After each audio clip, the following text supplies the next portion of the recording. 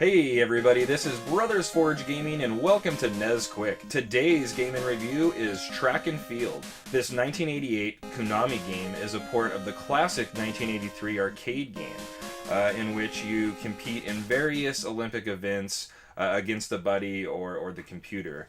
Now, there was a lot of ports of this game early on, but when it finally came to the NES, it really came packed with a lot of good stuff. It was the first game to offer all 8 events that they had kind of come up with, which was a lot of fun. You can see they have the 100-meter dash, which is just a mad sprint of alternating A and B. You have your long jump, which was always one of my favorites. I don't know why I like the long jump, but another, once again, build up speed and jump.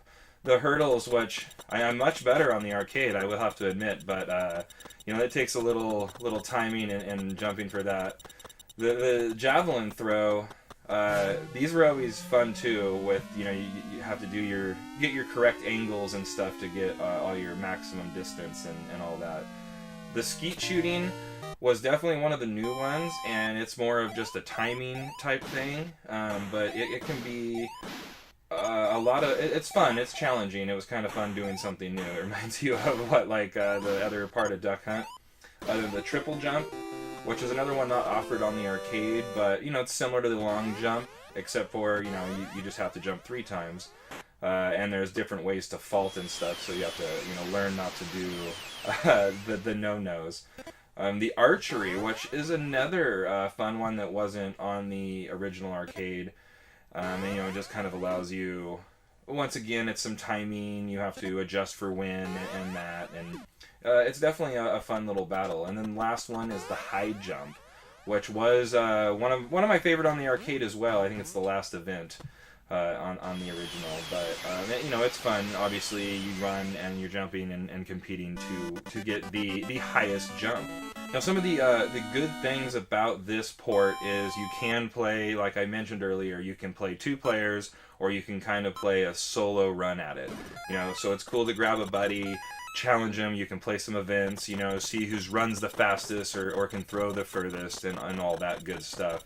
One of the bad things on that aspect is if one of you fails to qualify, you'll be out of the game, and then basically it becomes a single-player game anyways, so that is kind of a bummer. And then even though it does hold a daily high score up in the corner, there is no initials or records for who threw the furthest thing or ran the fastest, which is another really fun aspect of like the arcade version and all that.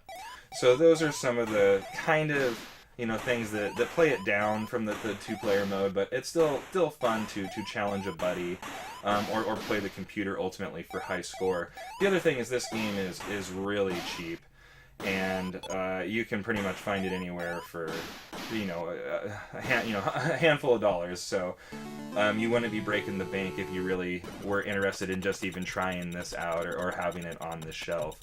It does have pretty good controls. Like I said, it's a lot of just mashing A and B against the other person to see who can do it the fastest. So it's kind of a endurance skills game in that sense, and it has some incredible music. It's one of the only ports, just like the arcade, that plays Chariots of Fire throughout it and stuff, so I always enjoyed that song. I think I used to play it as a kid on the keyboard or something.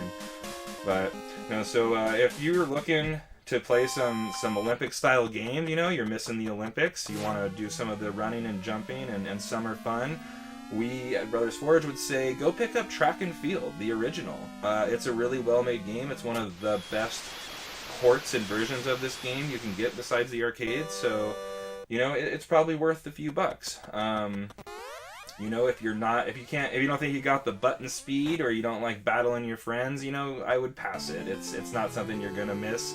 It doesn't have a lot of replay value, so you could probably move on to something a little bit better, maybe Track and Field too. So hope you enjoyed this review. Check out all our other reviews on NESQuick, and we will catch you next time.